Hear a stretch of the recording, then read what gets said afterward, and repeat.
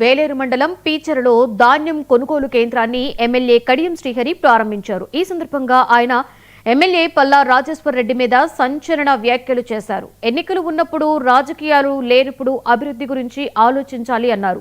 పని చేసే వారిని గుర్తించాలని, పని చేయని వారికి ప్రాధాన్యత ఇవ్వొద్దని ప్రజలకు సూచించారు. పల్లా రాజేశ్వర్ తన స్వార్థం కోసం మాత్రమే పనిచేశారని ఆరోపించారు. గండి రామారం లిఫ్ట్ 1 పనులను డిసెంబర్లోగా పూర్తి చేస్తామని హామీ ఇచ్చారు. జనవరిలో రైతులకు సాగునీరు అందించే బాధ్యత తనదే అన్నారు కడియం శ్రీహరి. 15 ఏళ్ళు ఒక ఆయన మనకు ఎమ్మెల్యేగా ఉన్నాడు. మన గ్రామానికి ఏం చేసిండు ఒకసారి మీరు ఆలోచించండి.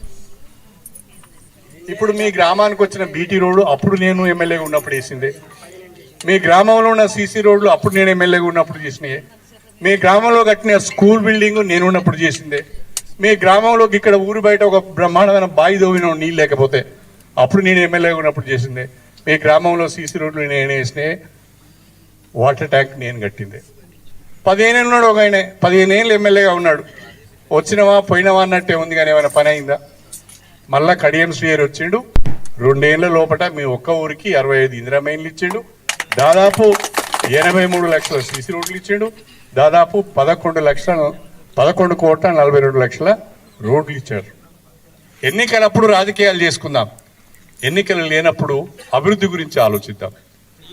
మనము మల్లన్న గండి నుండి లేదా గండి రామారం నుంచి ఎత్తిపోతల పథకం పెట్టుకున్నాం. అప్పుడున్న పెద్దలు ఒక ఆయన ఎమ్మెల్సీ ఉండే, ఒక ఎమ్మెల్యే ఉండే. ఆ గండి రామారం లిఫ్ట్కు 3 లిఫ్ట్లు పెట్టిండ్రు.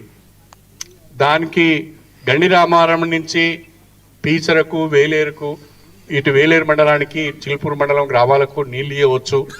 మనకు మన SRSP వరద కాలువ ద్వారా నీళ్లు రావడం కష్టమవుతుందని చెప్పి